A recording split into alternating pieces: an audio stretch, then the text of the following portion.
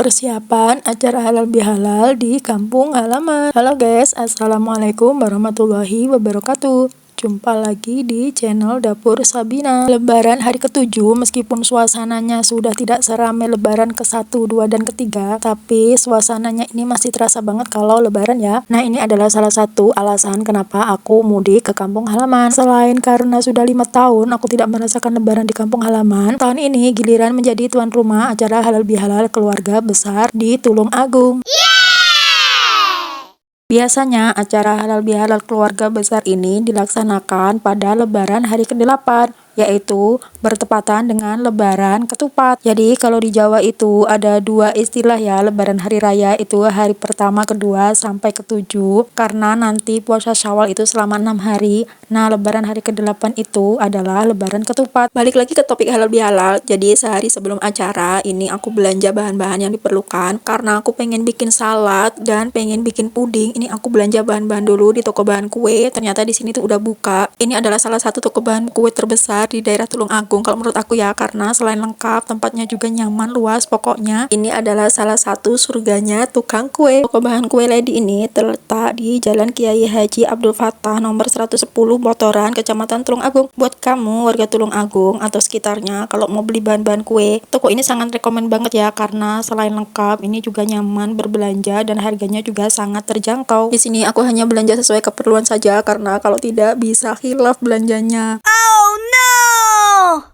Karena aku pengen bikin puding dan salad buah, jadi aku belanja keperluan itu saja. Setelah selesai langsung aku ke kasir untuk bayar dan lanjut. Setelah ini aku mau beli buah-buahnya. Aku langsung lanjut ini ke pasar Ngemplak untuk beli buah, karena ini pasar Ngemplak juga merupakan salah satu pasar yang besar ya. Tips buat kalian kalau belanja di pasar ini, kalian harus pintar-pintar nawar harga ya. Kenapa? Karena mereka tuh sudah hafal orang yang asli sini atau enggak. Biasanya kalau bukan orang asli sini itu kita dikasih harga yang sangat tinggi. Jadi kalau kita tidak tahu harga, ya kita akan dapat harga yang sangat tinggi. Karena di sini aku dapat harga yang sangat tinggi, akhirnya aku putuskan untuk beli melon saja dan aku lanjut untuk nyari buah ke tempat lain. Nah, sebelum berangkat tadi aku melihat ada tukang jualan khusus semangka. Semangkanya itu tanpa biji. Akhirnya aku putuskan pulangnya sekalian lewat aku beli semangka. Karena ini aku juga butuh agak banyak, selain buat salad aku juga butuh buat suguhan. Jadi untuk semangkanya ini aku beli 4 biji dan setelah itu kita lanjut pulang. Karena mau belanja buah-buahan di tempat atau di pasar yang dekat rumah saja. Di sana ternyata lebih murah. Sampai rumah ini langsung bantuin kupas-kupas bumbu untuk persiapan masak-masaknya, karena rencana kita mau potong ayam dan potong kambing. Nah, untuk pertama ini potong ayam dulu, karena potongnya 2 ekor. Jadi ini kita potong sendiri dan kita bersihkan sendiri secara manual. Caranya cuma disiram dengan air panas aja, dan ini kita cabutin sendiri bulunya. Makanya ini agak lama ya, karena memang bersihnya itu agak susah kalau secara manual. Setelah ayamnya selesai dibersihkan, kemudian ini kita bumbuin dan kita rebus, karena rencananya ini mau kita masak soto, supaya nanti ada pilihan. Kalau yang nggak suka kambing bisa pilih soto ayam.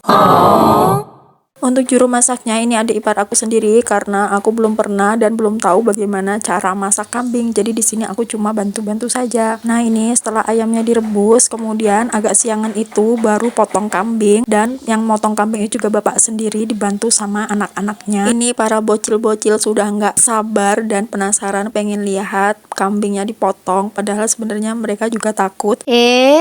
Takut tapi penasaran. Jadi pada waktu kambingnya dipotong itu mereka tutup mata, cuman dia ngintip-ngintip sedikit gitulah ya.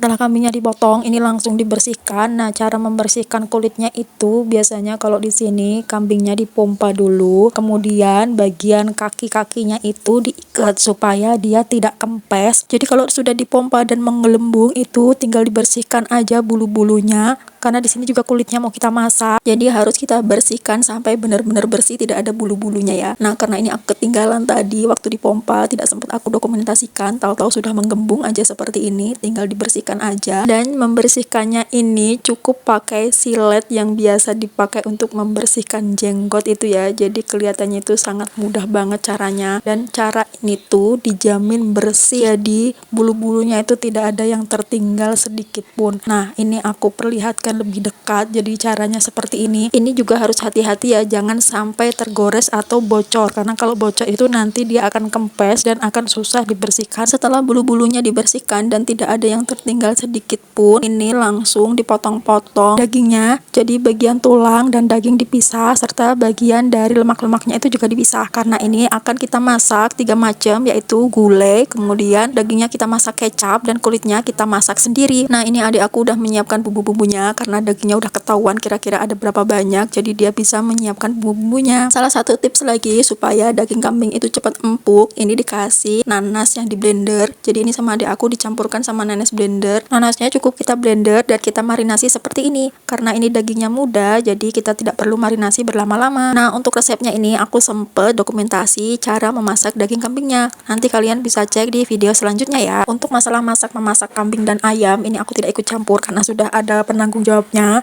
dan aku penanggung jawabnya itu adalah bikin salad buah dan bikin puding. Akhirnya aku istirahat duluan, dan ini aku bangun jam 1, ternyata adikku belum tidur, dia masih masak. Bener-bener dia handle sendiri, jadi yang lain cuma bantu-bantu nyiapin bumbu seperti ngulek bumbu, ngupas-ngupas bumbu, dan yang lain-lain. Jadi dia full bener-bener jadi chefnya. Dan ternyata ini adalah perdana juga dia masak kambing. Dia dapat ilmu dari saudaranya, tapi dijamin ini hasilnya tidak mengecewakan. Aku sendiri aja yang biasanya nggak suka makan kambing, ternyata ini enak dan tidak bau kambing.